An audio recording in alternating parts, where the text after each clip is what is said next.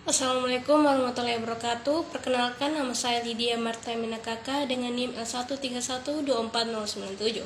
Saya akan menjelaskan hasil rangkuman saya pada mata kuliah Pendidikan Anti Korupsi. Pengertian korupsi dan faktor penyebab korupsi. Korupsi adalah tindakan penyalahgunaan kekuasaan yang dilakukan oleh individu ataupun kelompok untuk mendapatkan keuntungan pribadi, baik secara finansial maupun non-finansial. Korupsi dapat terjadi dari berbagai sektor, termasuk pemerintahan, swasta, dan organisasi non-profit. Jenis-jenis korupsi ada 3, yaitu suap, penggelapan, dan nepotisme. Dampak korupsi yaitu ada 3 juga, kerugian ekonomi, ketidakadilan sosial, dan ketiga, kehilangan kepercayaan.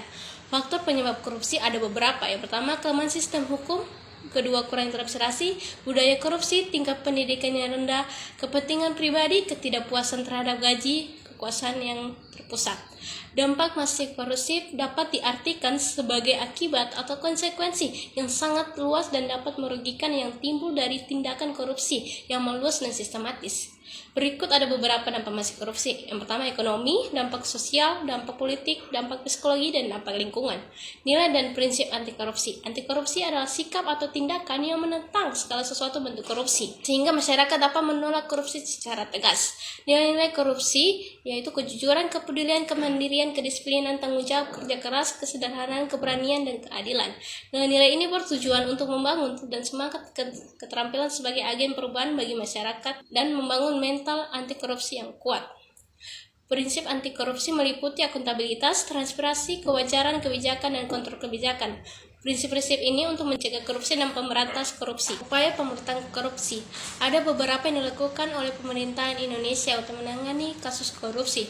Yang pertama, pembentukan lembaga khusus atau contohnya KPK. Yang kedua, reformasi birokrasi. Yang ketiga, peningkatan transparansi. Dan ada beberapa peran juga yang dilakukan oleh masyarakat untuk memberantas korupsi, melaporkan atau membocorkan informasi kepada aparat dan penegakan hukum. Yang kedua, menanamkan nilai-nilai anti korupsi. Yang ketiga, menaati norma hukum, moral, dan sosial di masyarakat. Tanyanya, bagaimana pendapat saya sebagai mahasiswa hal yang harusnya dalam penegakan terhadap korupsi? Pendapat saya bahwa penegakan terhadap korupsi harus dilakukan dengan pendekatan yang tegas, transparan, dan sistematis.